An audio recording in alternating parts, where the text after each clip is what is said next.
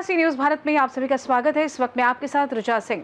वक्फ संशोधन अधिनियम 2025 की धाराओं पर सुप्रीम कोर्ट की रोक के बाद अब राजनीति तेज हो गई है। लखनऊ में प्रेस वार्ता करते हुए आम आदमी पार्टी के उत्तर प्रदेश प्रभारी और सांसद संजय सिंह ने मोदी सरकार पर बड़ा हमला बोला। संजय सिंह ने कहा कि इस फैसले से सबसे ज्यादा प्रधानमंत्री नरेंद्र मोदी और उनके अंध भक्त दुखी हैं। उन्होंने तंज कसते हुए कहा कि भक्तों को तो कानून की समझ नहीं है, लेकिन अब मोदी अपने मित्र अडानी को जमीन दान नहीं कर पाएंगे। सुप्रीम कोर्ट के इस आदेश ने वक्फ बोर्ड संशोधन कानून को लेकर एक बार फिर सियासी माहौल गर्मा दिया है। नमस्कार। एक लंबी कानूनी लड़ाई के बाद आज वक्फ संशोधन बिल पर माननीय सर्वोच्च न्यायालय ने अपना फैसला दिया है और इस फैसले से देश के प्रधानमंत्री आदरणीय नरेंद्र मोदी जी बहुत सदमे में हैं। मोदी जी के अंधभक्त भी सदमे में हैं। हालांकि अंधभक्तों का कोई फायदा नहीं होने वाला था, लेकिन वो बेचारे सदमे में है कि नफरत फैलाने का एक बढ़िया मौका मिल रहा था, वो सुप्रीम कोर्ट ने हमसे छीन लिया। इस बिल के ऊपर रोक लगाने की वजह से जो मोदी जी का और उनकी सरकार का जो मकसद था, वो सबसे बड़ा मकसद था अपने दोस्त अडानी और तमाम पूंजीपतियों को वक्फ की जमीनें औने पौने दामों में देने का। वो मकसद फेल हो गया। अब अंधभक्तों को लगता होगा हिंदू मुसलमान ये सब एजेंडा, वो सब तो अपनी एक जगह है, वो सब उस पर तो राजनीति करते वो लोग, लेकिन सबसे बड़ा नुकसान प्रधानमंत्री के दोस्त का हुआ। इनको किसी चीज से कोई मतलब नहीं। वक्फ की जमीनें क्योंकि पूरे देश में मुख्य स्थानों पर थी, प्राइम लोकेशंस पे थी, और वो जमीनें कब्जा करके इनको अपने दोस्त को देना था। अब वो मकसद फेल हो गया, तो इसके कारण से ये लोग सदमे में हैं। मैं वक्फ कमेटी का जो अमेंडमेंट्स के ऊपर बहस होनी थी, उसका कमेटी का मैं चेयरमैन सदस्य था। बीजेपी के जगदम्बिका पाल जी उसके चेयरमैन थे। उसमें तमाम विपक्षी पार्टियों के सदस्य थे। हम सब ने समझाया, बार बार कहा, सरकार को बार बार कहा कि आप गलत कर रहे हैं, ऐसे कानून नहीं बनता है। आपको सिर्फ एक मुस्लिम धर्म के खिलाफ एक मुद्दा मिल जाए और उसके ऊपर आप पूरे देश में नफरत फैलाएं और राजनीति करें, इसके उद्देश्य से अगर आप ये बिल ला रहे हैं, ये गलत है। क्या क्या लिखा था इस बिल में? इसमें लिखा था कि 5 साल तक जो आदमी प्रैक्टिसिंग मुसलमान रहेगा वही दान कर सकता है वक्फ के लिए, वही अपनी संपत्ति को वक्फ कर सकता है। यानी कि 5 वर्ष तक कोई व्यक्ति जब मुस्लिम रीति रिवाजों को मानेगा तभी वो अपनी संपत्ति वक्फ कर सकता है। अब ये कौन सा कानून है? अब हमसे कोई कहे कि 5 साल तक जब आप दोनों टाइम मंदिर जाएंगे तभी आप मंदिर के लिए जमीन दान कर सकते हैं। 5 साल तक अगर आप गुरुद्वारे जाएंगे तभी आप गुरुद्वारे के लिए जमीन दान कर सकते हैं। अगर 5 साल तक चर्च में जाएंगे तभी आप चर्च के लिए जमीन दान कर सकते हैं। ये कौन सी बात है भाई? ये लिखा हुआ था इस कानून में। और कलेक्टर के हाथ में पावर दे दी गई थी। और ये बहुत सामान्य सी बात है कि किसी भी संस्था में, अगर धार्मिक संस्था है, तो ये मोदी जी से हमको आजादी नहीं मिली है, बाबा साहब डॉक्टर भीमराव अंबेडकर जी के द्वारा लिखे गए संविधान से हमको आजादी मिली है। जिसकी धारा 25-26 में साफ तौर पे कहा गया है कि आप अपनी अपनी धार्मिक मान्यताओं के हिसाब से अपने धार्मिक स्थलों का प्रबंधन कर सकते हैं। यानी हिंदू अपने हिंदू धार्मिक स्थलों का प्रबंधन करेगा, मुस्लिम अपने मुस्लिम धार्मिक स्थलों का प्रबंधन करेगा। यही चीज सिख और ईसाई पे लागू है। लेकिन ये बिल आया तो बड़े खुश थे लोग। अभी इस बिल पे सुप्रीम कोर्ट में बहस ही चल रही थी और मैंने पार्लियामेंट के अंदर बोला था, अगर आप लोगों को याद हो, कि खुश मत होना, ऐसे ही बिल जैन मंदिरों को कब्जा करने के लिए आएगा, ऐसे ही बिल चर्चों की जमीन कब्जा करने के लिए आएगा, ऐसे ही बिल गुरुद्वारे की जमीन कब्जा करने के लिए आएगा, ऐसे ही बिल मंदिरों की जमीन को कब्जा करने के लिए आएगा। मैंने ये बात संसद के अंदर आगाह की और उसी बीच क्या हुआ, मुंबई में एक 90 साल पुराना जैन मंदिर तोड़ दिया गया। 90 साल पुराना जैन मंदिर। तो मैं इस देश के लोगों को हाथ जोड़ से कहना चाहता हूं, सावधान हो जाइए।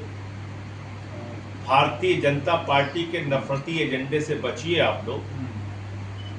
इनका मकसद है सारी धार्मिक जमीनों को, जाके देखे ना अयोध्या में कितना धंधा कर रहे हैं लोग।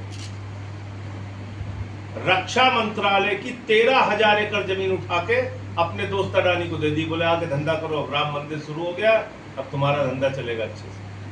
दे दिया अडानी को रक्षा मंत्रालय की जमीन। तो आपको लगता है ये धर्म का काम कर रहे हैं? ये धंधे का काम कर रहे हैं। इनसे इसलिए सावधान हो जाओ आप लोग। तो आज जो सुप्रीम कोर्ट का फैसला आया है वो बाबा साहब डॉक्टर भीमराव अंबेडकर जी के द्वारा लिखे गए संविधान और उस संविधान में अलग अलग धर्म के लोगों को मिले अधिकार के अनुरूप आया है। और कुछ प्रमुख बातें क्या क्या उसमें आई हैं वो मैं आपके सामने रख दूं।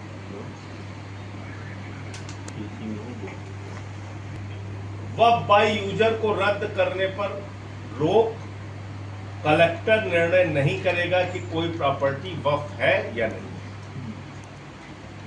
इस पर रोक लग गई। जो पावर इन्होंने कलेक्टर को दिया था कि कलेक्टर ये तय कर सकता था कि ये जमीन वक्फ की है या नहीं है, तो वो अब उस पर रोक लग गई। नंबर 1,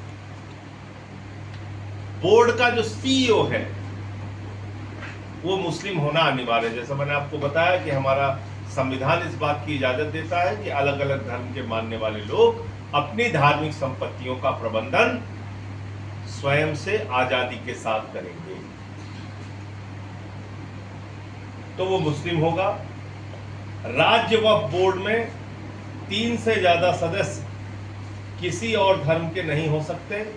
सेंट्रल वक्फ बोर्ड में 4 से ज्यादा सदस्य किसी और धर्म के नहीं हो सकते। यानी कि मेजॉरिटी उसी धर्म के लोगों की होगी बोर्ड के अंदर जिस धर्म के बोर्ड है। यानी वक्फ बोर्ड जो है और सेंट्रल वक्फ बोर्ड जो है वो क्योंकि मुस्लिम धार्मिक संपत्तियों के प्रबंधन के लिए है, तो इसलिए उस धर्म के लोगों की संख्या ज़्यादा होगी और गैर मुस्लिम सदस्यों की संख्या 1 में 3 होगी राज्य में और केंद्र में 4।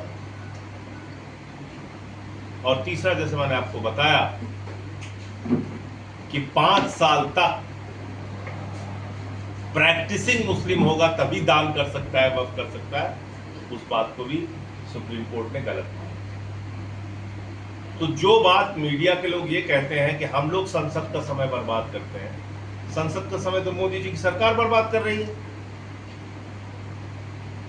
आपने गैर कानूनी बिल, गैर संवैधानिक बिल सदन में चर्चा कराई, सदन का समय बर्बाद कराया और बाद में आपको सुप्रीम कोर्ट से सुप्रीम तमाचा पड़ गया। हम लोग सही थे, हमारी बात आपने नहीं सुनी। तो मोदी जी अपने दोस्त की दोस्ती में इतना अंधा मत हो जाइए कि सभी धार्मिक संपत्तियों को कब्जा करके आपकी जो मुहिम है पूंजीपतियों को देने की, अब उस पर रोक लगाइए। आपने अभी 1 रुपए में 1050 एकड़ जमीन अडानी को दे दी, हरी भरी जंगल की जमीन। 1050 एकड़ जमीन 1 रुपए में दे दी। बताइए आपको कितने में जमीन मिलती है? आपको 1 एकड़ जमीन खरीदने में अपने पूरे जीवन की कमाई लगानी पड़ेगी, तब भी नहीं खरीद पाएंगे 1 एकड़ जमीन। और 1050 एकड़ जमीन 1 रुपए में मिल गई। और हरी भरी जंगल की जमीन, और उसको दिखाया गया है कागजों में बंजर। ये 1 लाख पेड़ है वहाँ, और 1 लाख पेड़ है वहां पे। ठीक, आप जानकारी दो। तो शुरुआत से आम आदमी पार्टी का स्टैंड रहा है कि वक्फ कानून संशोधन बिल पूरी तरीके से गैर संवैधानिक है और भारत में धर्मनिरपेक्षता के ढांचे को बर्बाद करने की कोशिश है और धार्मिक संपत्तियों को कब्जा करके अपने पूंजीपति मित्रों को देने की कोशिश है। इसलिए हम लोगों ने शुरू से इसका विरोध किया था और आज सुप्रीम कोर्ट ने इस बारे में फैसला ले लिया। नंबर 1 विषय तो ये है। दूसरा विषय ये है कि अब उत्तर प्रदेश में भी SIR शुरू हो गया और उस SIR में एक बड़ा इंटरेस्टिंग डाटा सामने आया महोबा जिले में। वहां 2 घर में,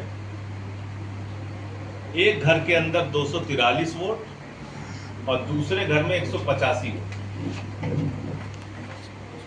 अब मेरे ख्याल से उत्तर प्रदेश में किसी राजा का भी घर इतना बड़ा नहीं होगा जहां 243 आदमी एक साथ रह सकते है। किसी राजा का घर आप लोग जानते हैं, आप लोग तो बड़े सजग मीडिया वाले हैं। किसी राजा का घर ऐसा नहीं होगा पूरे यूपी में जहां 243 आदमी एक साथ रह सकता है। किसी राजा का घर इतना बड़ा नहीं होगा जहां पे कि 185 आदमी एक साथ रह सकता है। और ये भी 243 मतदाता हैं, ध्यान रखिए। इसका मतलब परिवार होगा 600-700 हजार आदमी का परिवार। भाई 4 में 1 मतदाता होते हैं, तो 4 आदमी के परिवार में 1-2 मतदाता होते हैं। तो इतना बड़ा बड़ा घर बना दिए हैं मोदी जी महोबा में, जहां 500 आदमी रह रहे हैं के घर, पूरा जिला बसा दे रहे हैं। तो ये आप देखिए, ये है SIR की हकीकत। अब इसमें क्या हुआ है, एक गांव में ये 243 और 185 वोट पकड़ा गया है।